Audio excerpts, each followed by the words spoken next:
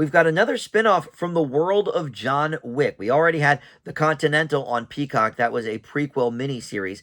But this one takes place during the events of the franchise, and even some characters that you will know from the Wick universe make appearances here. Let's talk Ballerina.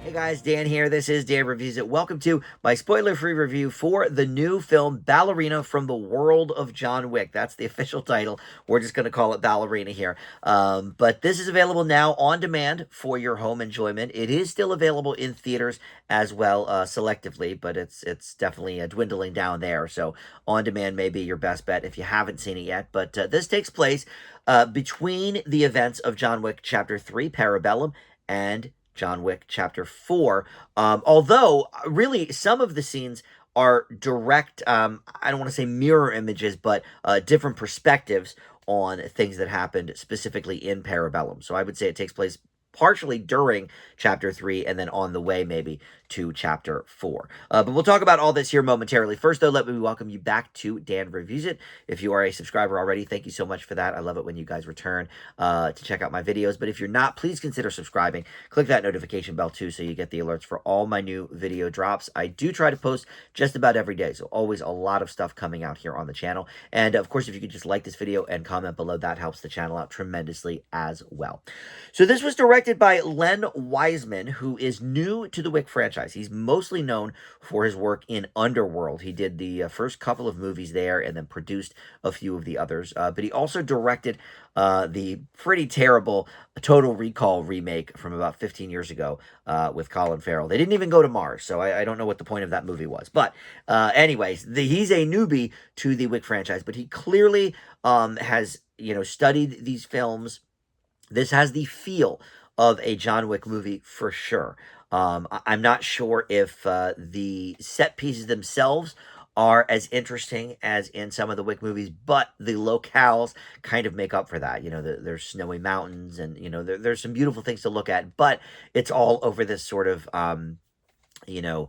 dim and grim kind of mood. And so that kind of definitely follows in line with the Wick movies. And then this was written by Shay Hatton, who does have a history with Wick. He co-wrote 3 and 4, and he's credited as a solo writer here. So, I guess he did the heavy lifting for this particular iteration of the universe, but he co-wrote 3 and 4, so he definitely knows his way around a Wick movie. And so this is about the ballerina character, Eve Macaro, who is played by Ana de Armas, who is a newcomer to the franchise. I had to kind of figure out, like, okay, do we know this character at all from anything? And the best I can figure is that we don't. But I have not rewatched the movies in detail, so maybe she appeared somewhere and I missed it. But I don't believe, if she did appear, I don't believe it was played by de Armas, because I don't think we've seen her yet in the Wick franchise. But basically, we have a flashback at the beginning where she sees her father killed, and so the movie is an avenging of his death, really hearkening back to the plot of John Wick 1, where he is avenging the death of his dog.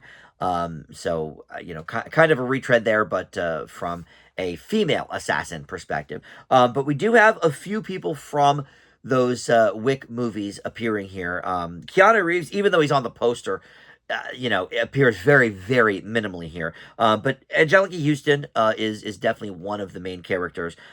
We have Gabriel Byrne and Lance Reddick as well. This is his final screen appearance. He passed away over 2 years ago now, and he's been in about 3 or 4 projects since then. But this is indeed his final performance, and it's fitting that it would be in a Wick universe film, because he really, I would say, was more of a character actor before these movies, and then people started knowing really who he was. And he's a big part of the Wick universe. He will certainly be missed when we continue on with this franchise, but this marks his final appearance. So, all right. So this movie is definitely on the lower end of the Wick universe. Now, There has been some debate on how good 3 is.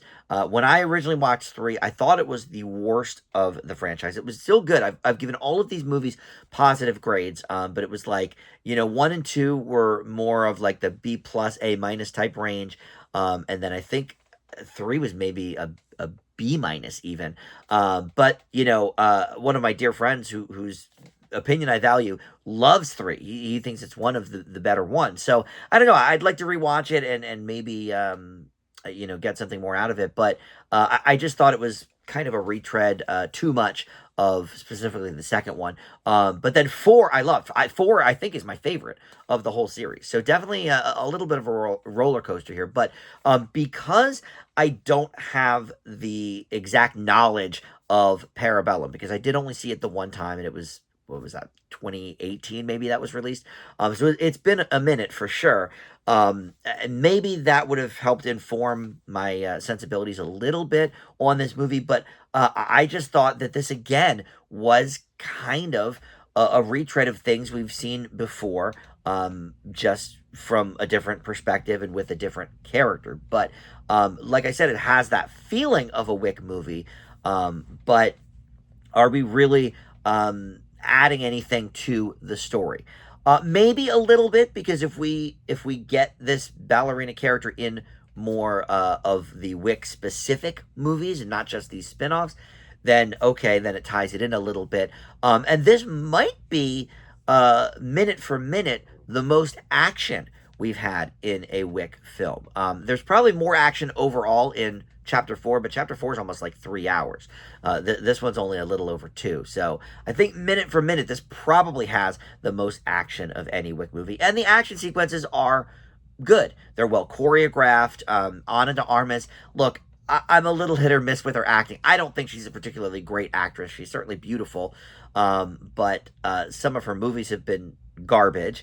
And Knives Out, I love. That was one of the first movies I remember seeing her in. She was fine in that.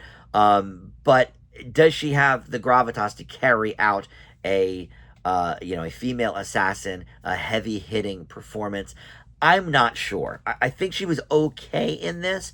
Obviously her body double, or stunt double or whatever, is doing a lot of the heavy lifting in some of the more action oriented scenes. And I will say, I don't know if it was just me looking for it more, or the editing wasn't great. I'm not sure, but I definitely noticed some things, like some scenes where she is played by her stunt double, that I could kind of tell it wasn't her. And I don't know if that was me projecting that, like, oh, can Ana de Armas really pull this off? I'm not sure, but it's not something I usually notice, and I did take note of that. But like I said, the sets, even though they are not specifically inspired themselves, there are beautiful backdrops, beautiful snowy mountains and everything, because there's a little bit of travel in this movie, and we see, some gorgeous scenery for sure.